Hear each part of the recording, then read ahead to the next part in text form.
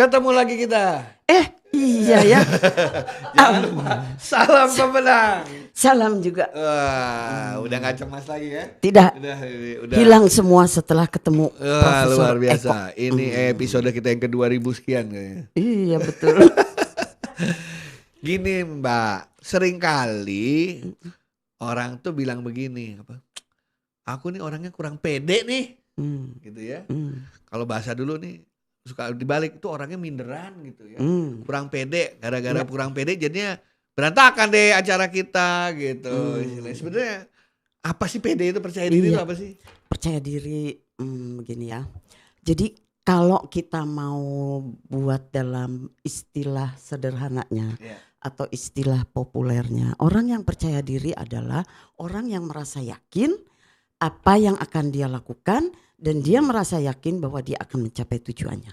Wah, berarti benar-benar dia tahu apa yang Dia dilakukan tahu. dan dia yakin untuk mencapai tujuan. Kalau orang yang minder itu sebenarnya juga nggak salah sih, tidak bisa disalahkan karena apa? Mungkin untuk masalah atau hal yang dia hadapi saat ini adalah sesuatu yang belum dia kuasai, gitu. Saya itu teman sebangkunya Ade Rai waktu SMA. Dulu teman sebangku nggak apa-apa. Jadi otot Enggak, waktu sebangku nggak apa-apa. Belum berotot. Kalau sekarang ke sebelah dia minder saya. Karena belum berotot ya. Iya. Dia segitiganya sempurna, saya segitiga sama kaki. Nah, itu makanya membuat kita jadi minder gitu. Oh begitu. Itu sebenarnya bawaan lahir atau perasaan aja atau gimana itu? Jadi gini ya, kalau kita bicara tentang rasa percaya diri itu sebenarnya di usia awal orang mengenal dunianya, it means golden age, umur 0 sampai 5 tahun. 0 sampai 5, balita. Ya, balita. Orang, individu belajar mengetahui siapa dirinya kan dari lingkungan yang mengasuhnya, gitu loh. Nah, kalau si lingkungan itu selalu mensupport apa yang dia lakukan, ketika tiba-tiba dia bisa megang, ketika tiba-tiba dia bisa jalan, semua orang pada gitu ya. Itu tertanam pada dirinya bahwa dia mampu, bahwa dia mampu. Nah, kemudian ketika dia melakukan hal yang misalnya nih, kata orang lain dibilang, udahlah disuapin aja karena kalau makan sendiri kececeran. Nah, tetapi kalau orang tua yang membiasai ya udah biar kececeran tapi dia belajar bagaimana megang sendok. Nah, itu juga ada. Berarti belajar dari tadi pujian orang lain juga mempengaruhi ya? Ya, pujian yang sifatnya menjurus kepada labeling. Oke. Jadi anak yang biasa ngobrol gitu, mendengarkan omongan orang tua atau apa gitu ya, mendengarkan dalam arti kata ingin mengikuti pembicaraan. Kalau orang tua, kamu pergi jauh-jauh jangan suka ngedengerin gitu. Kalau kata orang Belanda, kleine poetjes grote oren. Itu temannya Vervelens tahu. Iya. Jadi lu masang-masang telinga lebar-lebar gitu loh, padahal belum saatnya. Gitu makanya suruh pergi. Jadi ada labeling seperti itu yang membuat dia merasa kalau gua belum diberi kesempatan, gua nggak usah maju aja gitu, takutnya dicap. Jadi labeling itu juga sangat-sangat berpengaruh. Nah, ada lagi masalah yang sering saya temui itu dia kelewat percaya diri sehingga sering dipandang orang orangnya sombong. Nah, betul. Itu kenapa itu? Jadi itu pun juga tidak baik ya. Jadi sesuatu yang berlebihan itu kan juga Mas Eko itu nggak baik. Jadi seharusnya ketika dia punya energi yang berlebih, ketika dia punya itu rasa percaya diri yang tinggi, seharusnya dia berpikir bahwa apa yang bisa kusumbangkan untuk lingkunganku. Jadi bukan dia nyalahin lingkungan atau dia ingin nampil sendiri gitu loh. Berarti itu deket juga ya antara percaya diri dengan leadership ya, kepemimpinan. Gimana? Katanya orang yang jadi pemimpin tuh dia harus minimum harus percaya diri, kalau enggak gimana dia mau memimpin yang lain gitu ya. Deket sih, tapi belum tentu juga orang yang percaya diri bisa jadi gini, seorang pemimpin harus punya percaya diri. Tapi orang yang percaya diri punya percaya diri belum tentu dia menjadi pemimpin yang baik. Saya jadi pengen riset nih. Isinya 20 orang nggak percaya diri semua. Kira-kira siapa yang jadi pemimpin? Iya. Nah, yuk bikin yuk barengan. Gitu kan? Abis kayak acara ini kita. Iya betul. Nanti surveinya sama yang nonton YouTube. Oh iya, Nah, betul. jadi lengkap nih. Iya. Oke. Nah, pertanyaan berikutnya, apakah percaya diri itu bisa dilatih? Terutama ketika sudah dewasa. Tadi kan dimulai kalau udah dari kecil kan udah tertanam. Tapi kalau mulai dewasa nih? Bisa. Gimana? Bisa. Caranya? Jadi gini, ketika dia tahu, sebenarnya gini ya, memang awalnya tuh dia harus mendapat masukan dulu. Mendapat masukan. Atau misalnya temannya bilang, lu jago amat sih matematika, tapi dia juga tahu bahwa dia memang bisa matematika itu.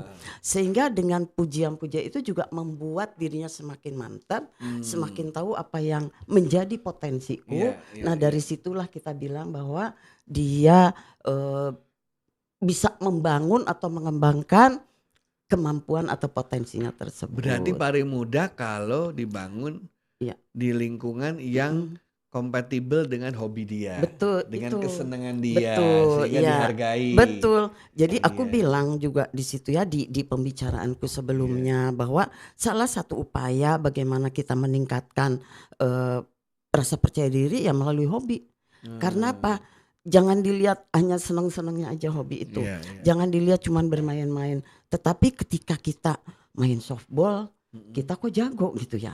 Setiap kita itu bisa home run, orang tepuk tangan. Jadi gue makin yakin. Makin yakin di situ. Baru situ bisa kemana-mana. Ketika kita mulainya cuma ting tong, tapi kok menjadi lagu ya. Terus orang bilang, lu mainnya kok ternyata bisa itu. Ayo udah les aja, ambil les supaya kamu lebih pintar. Dia semakin tahu bahwa gue punya sense musik.